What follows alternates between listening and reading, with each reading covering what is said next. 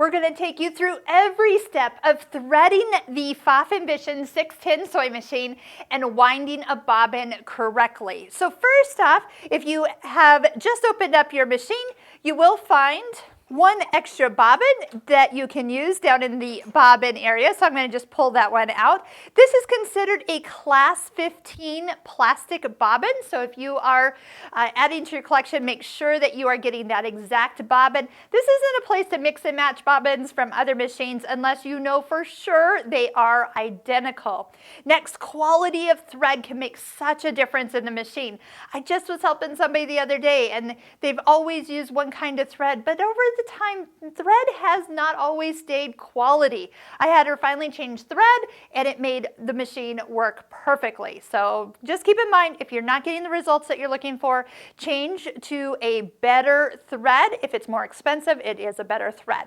All right, so we're going to put the thread on, and it doesn't actually matter which way the thread comes off the spool, but it does matter that if your thread is cross-wound, like you see this one is, it is going to come off the spool best if it comes off the end. Now I'm going to put a thread spool cap over this to hold it in place. I'm also going to push it so there's no little gap between the spool and the spool cap, and then that way, see how it's just coming off the end perfectly?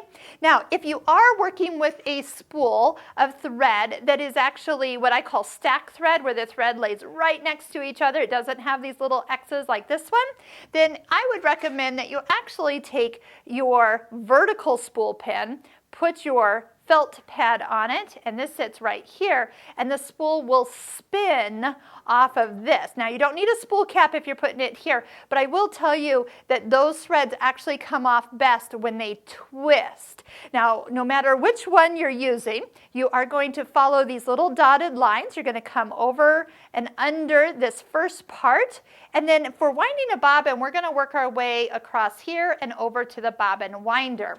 So again, follow the dotted lines as we go. So we're coming around the silver finger.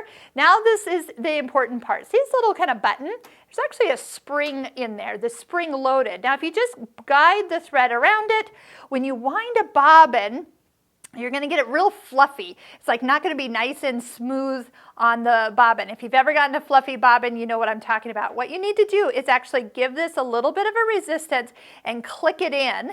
Click, so it has the tension that we need when we fill this bobbin. Take your thread, find one of the holes in the bobbin, and we're going to thread it from the inside out all the way through. Get a hold of the tail, and then place the bobbin on the bobbin winder.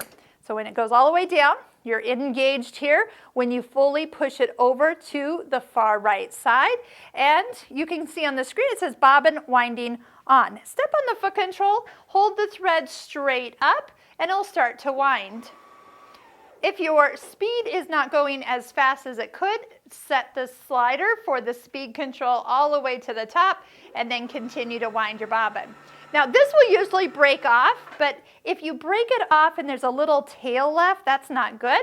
If you even just want to stop and take your scissors and trim that, that's awesome. You will find that now you have no tail to worry about. We're going to go ahead and just keep your foot on the foot control until your bobbin stops spinning.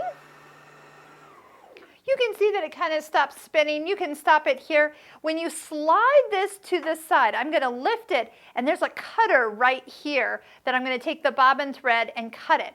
Now, before I actually do that, the way that this winds, when you are finished and you lift it straight up off the bobbin winder, that is exactly the direction that it needs to sit and drop into your bobbin case down here. So when you come up, bring it up, and cut it. Let's go ahead and come down. The thread needs to be coming off the left side of the bobbin. The bobbin actually has a tension. The bobbin case also has a tension that you must have the thread clicked into. So when we drop it in and you pull, the bobbin needs to be spinning counterclockwise. That means you have it in correctly. And you see that there's this little groove. There is a little arrow right there pointing to where I need to actually go. And if you want to put your finger on this bobbin and give it a little click, that right underneath here that you can't see is a space between 6 o'clock and 7:30 that the thread has been guided into. Now here's one thing really nice. Just follow the little path with the arrow, and when you come here, this is a little cutter, and it cuts the thread to the perfect length for when you take the first stitch, it will bring that bobbin thread up. So if you've had to bring your bobbin up on previous machines and take that extra stitch, this machine, you don't have to do that on. Next, let's go ahead and make sure the presser foot is up. So if it's down, make sure it comes up. And that's going to open up all the areas we need to thread next. So undo the pre-tensioner that we were in when we were winding the bobbin, and that's only for bobbin winding. So we're coming back to where we started. We are following this first little groove with those little arrows, with the dots and arrow, and then bring it towards the next one.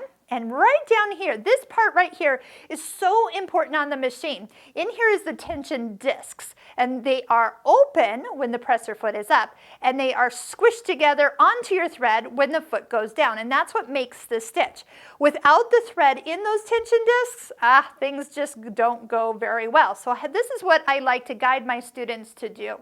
Come down, and then you're following the little arrows as we come up. We're about ready to go in here and come in on the right and down on the left. But before I do, I can take the thread in my hands and give it a little floss. And that makes sure that it goes all the way where it's supposed to be. Some of you have very delicate threading styles. And so when you put it in here, you just put it in so lightly that when those discs close, there's no thread in there. So I need you to make sure that you're threading the machine with purpose.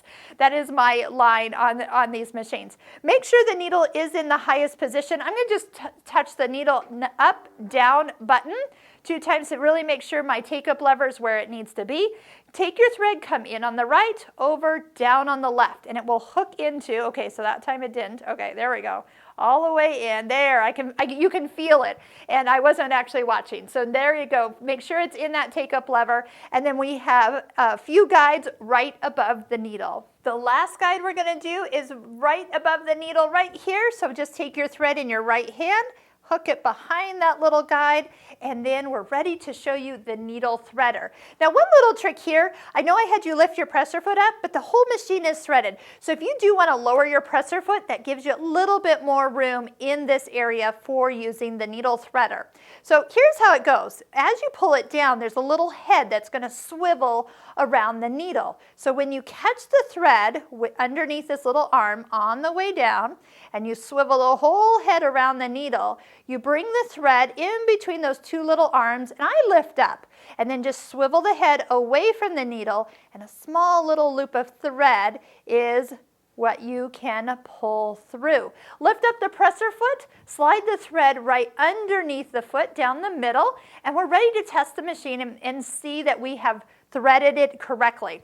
Now you notice I have taken my piece of fabric and folded it in half. I always sew on 2 layers especially when I'm testing things out. So just take a few stitches, and if it sounds, oh, she sounds beautiful.